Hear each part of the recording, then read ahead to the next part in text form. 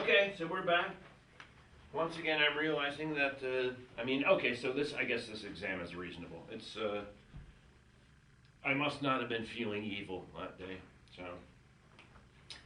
Oh, we're at problem number 5 now, and I haven't been marking these, but that doesn't really matter, you'll get it. Suppose we have secant x is equal to minus 5/3 with pi is less than x is less than 3 pi over 2. This is telling us what quadrant it is in. Yes, I can speak some days. Find the exact value of, we want to find the exact value of sine x over 2. Okay. And once again, the reason we're doing the exact value is they're trying to get you to draw this picture. So the first thing is I want to figure out what this is, and I'm going to draw this picture. I know we're in the third quadrant, right? Here's 0 degrees, pi over 2, pi. This is between pi and 3 over 2. This is right in here, right? Secant is 1 over cosine. So cosine of x, this angle, okay, so this is where things get tricky. Remember how we used to draw the picture? I did this. I had this as y, this is x, and this is r or h, depending on what kind of mood I was in. So now we're using x in 2 different contexts, so I'm just going to do this to remind myself in general. Cosine of some angle alpha is going to be, this is x over h. Slightly off my mark today. It's one day before spring break and everybody can use it. So this, by definition, for this angle alpha is x divided by h. The reason I'm writing this is because that means that 1 over cosine alpha is secant alpha, which is h over x. The reason why I'm figuring that out is I need to figure out which one of these goes where, right? So this is 1 over cosine. So this must be the h that I'm going to use, and this is going to be the x. But the negative 5/3, remember, negative 5 over 3 is the same as 5 over negative 3, right? These are exactly the same. In this drawing, this is positive. So this is what I'm talking about. Here is something that looks like this. Here's the picture that we're going to use. It's coming out over here. And this has to be positive. That means that this must be minus 3, right? Did I just confuse everybody? I hope not. So why did I do that? Well, now I know that this is going to be 5 squared minus negative 3 squared square root. I also know this is 4 because this is a 3, 4, 5 triangle. Okay, so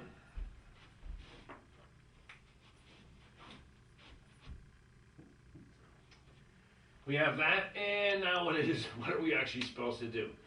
Okay, so we have this picture. This is what we're using. This is the angle x, and I wish they would have called it alpha, but they didn't. So this is the angle x. Now we're supposed to figure out what is sine of x over 2.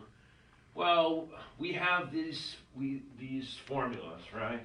And I think that I'm even letting you get to use them. But remember, let's see if we can remember. What was, okay, so I just had my editor cut a little bit in.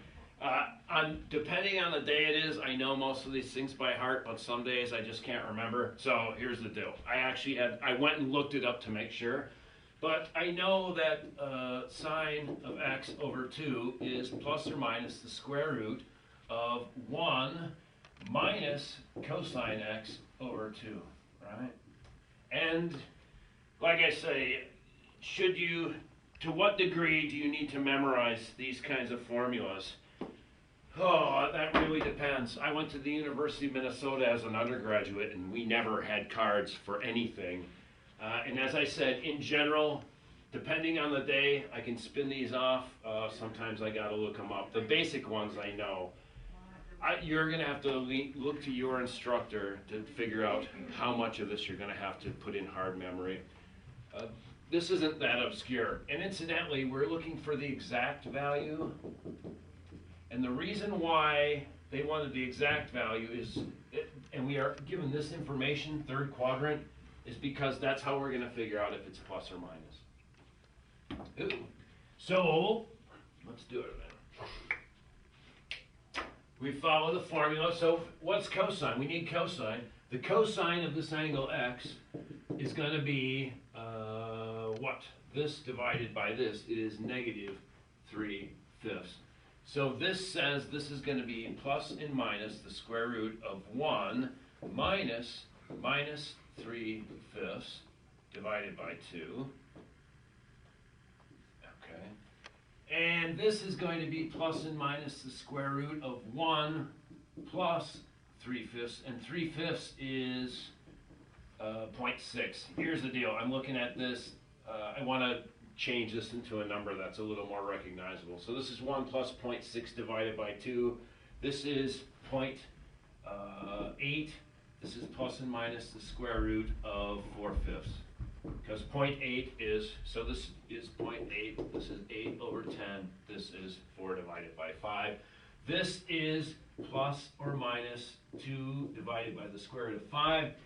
The geezers will not allow you to leave a square root on the bottom. Even though we have calculators, it's not a problem.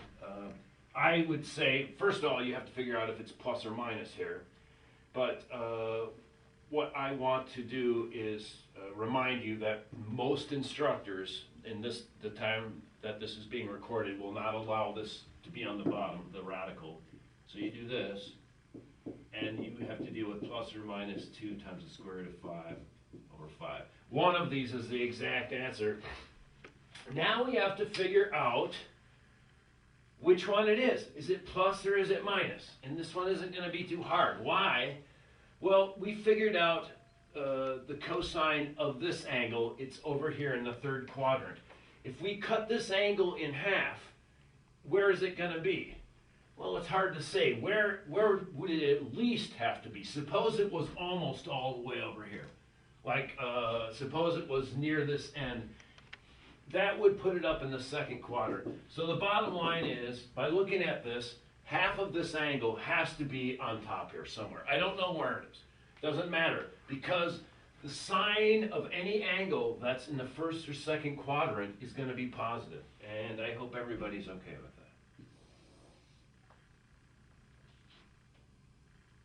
that. Okay. I'm satisfied.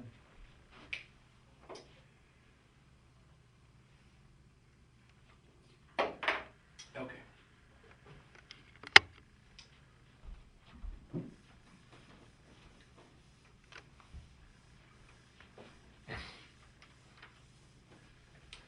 All right, we have just a minute left on this one. So I think what we'll do is I'll just put the problem up. We're going to flip tape, and what you could do is work on this yourself and see if you can get it before even I write it up here. Tangent x times cosecant x times cosine x minus sine x cosine x.